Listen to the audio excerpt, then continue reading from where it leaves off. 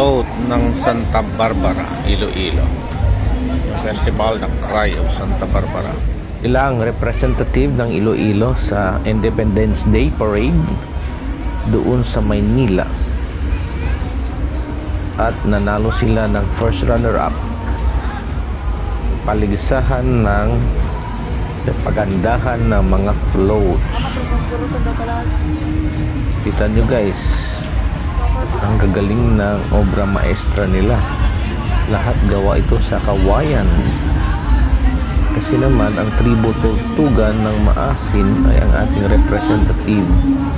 Ayun sila naglalakad dahil ito ang tugan.